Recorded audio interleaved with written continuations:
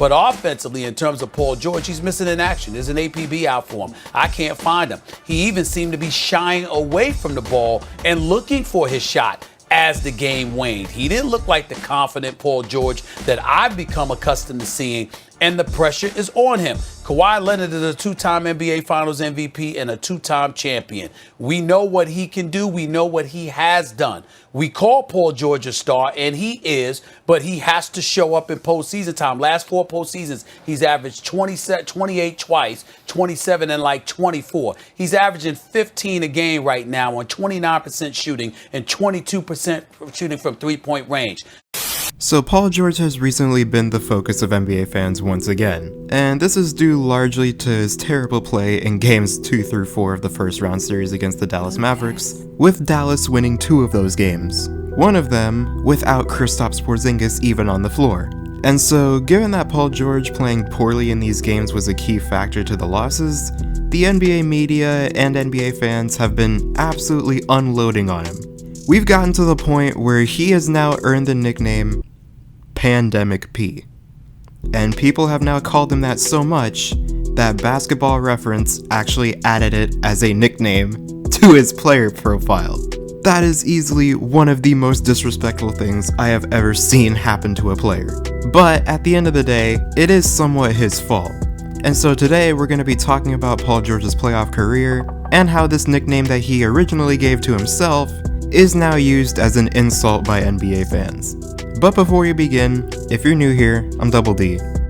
I'm a huge basketball fan and I make NBA videos here on YouTube. So if you're also an NBA fan, or just a basketball fan in general, feel free to hit the sub button and click the bell to be notified when I upload more videos just like this one. Also, according to YouTube analytics, about 89% of you guys that watch my videos are still not subscribed, and so I would really appreciate that. Alright, let's get into the video. Alright, so in order to truly understand how much Paul George underperforms in the playoffs, we first need to take a look at his regular season numbers and how they match up. So for this, I'm only going to be looking at seasons where he was a clear star talent and expected to play at a high level. So I'm not looking at his first 2 years. And so in those seasons, Paul George averaged 22.4 points, 6.8 rebounds, 3.7 assists, and 1.8 steals, and shot 43.2% from the field, 38.4% from 3, and 85.2% on free throws, for a true shooting percentage of 56.7%. Now, if we go over into the playoffs, we will see that he averages 22.8 points, 7.5 rebounds, 4.3 assists, and 1.6 steals on splits of 42.5% overall, 36.4% from 3, and 81.8% on free throws, for a true shooting percentage of 56.6%. Now, I know what you're thinking. This isn't even that bad. Why is he a meme? Trust me, I know, this doesn't even come close to showing the full story. Because now, let's talk about both elimination games and closeout games, because these are arguably the most important games that you can possibly have as a star player. And so, how does he perform in these? Well, in closeout games, which are when your team is up in the series trying to close it out, he has played 7 of those games total. And in those games, he averages 16.1 points and shoots 40.6% from the field and 32.4% from 3. He has played in 13 total elimination games, and in those, he averages 22.8 points and shoots 42.5% overall and 31.2% from 3. So actually not terrible, at least for elimination games. But consider this, from 2013 until now, Paul George has played in 65 total playoff games, and in those games, he has had 32 games shooting below 40% from the field. That is 49% of his playoff games. That is half of his playoff games that he shoots below 40%. He also has 12 games where he shot below 30%, but it is worth noting that he's not terrible in the clutch. In the last 5 minutes of playoff games with a score within 5 points, he shoots 36.7% overall and 33.3% from 3, which isn't actually that bad. But while I was looking for all those elimination games and closeout games, I found a lot of games that he literally just didn't show up, but I couldn't include some of them because they weren't elimination games and they didn't fall into that category. So now let's talk about them. So, 2013 playoffs, Game 6 against Atlanta, he scores 4 points, shoots 2 for 10 from the field, and 0 for 5 from 3. Very next game, game 1 against the Knicks. 5 for 14 overall, 2 for 6 from 3. Just 2 games later, game 3, 4 for 17 from the field, 2 for 12 from 3. I'm not even going to go through all of them. Like I said, there are 32 playoff games from 2013 until now where he shot below 40%, but those aren't even the worst ones. Because in 2017, the Pacers matched up against the Cavs in the first round, and the Cavs jumped out to a 2-0 lead, and the Pacers went back to Indiana with a lot of pressure on them. And so they responded. They jumped out to a 26-point lead in Game 3, and they were outscoring the Cavs 74-49 at halftime. But then, LeBron James became playoff LeBron in the second half, and Paul George became, well, playoff P. So LeBron James scored 28 points in the second half and led the Cavs' comeback, as they came back from down 26 to win by 5. While Paul George in the second half shot 4 for 15 and scored 13 points. I even have a DM to one of my friends at the time. He was a Cavs fan. I'll try to see if I can find it for the video. But if I do, you guys will really see how quickly that game turned around. And this was all while the Cavs' second highest scorer behind LeBron's 41 was Kyrie with 13 on 4 for 17 shooting. And they really needed that game because every game in the series was winnable for Indiana. They only lost each game by an average of 4 points. But then there was also Game 4, which there was a specific moment at the end of the game that gave us an all-time great meme that same night. It's a nail biter here in Indy. No OT tonight.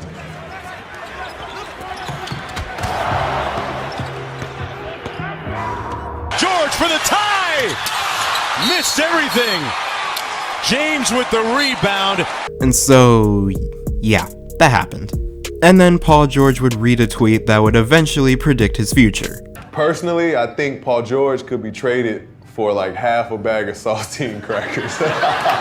Because that same summer, he was traded to OKC in return for Victor Oladipo and Domantas Sabonis. Now, at the time, this was a terrible trade.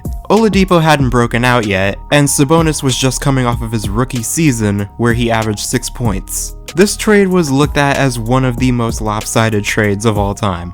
When it happened at least. But Paul George would end up giving us another playoff P moment against the Jazz in the 2018 playoffs. Well, before we get to that, one game that always gets lost is game 2 of the series, where he shot 6 for 21 and scored 18 points. But we get to game 6 of the series.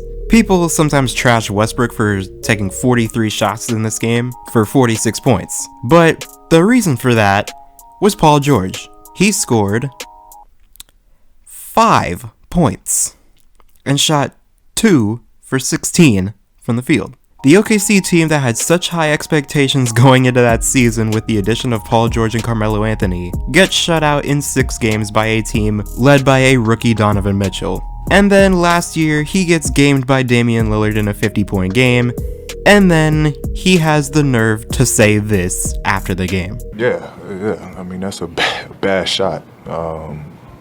Care what anybody says, that's a bad shot. But, hey, he made it. That story won't be told, that it was a bad shot. And so that takes us to this season where Playoff P was in full effect for 3 straight games, as this was the first time that someone had shot below 25% in 3 straight playoff games since Bob Cousy.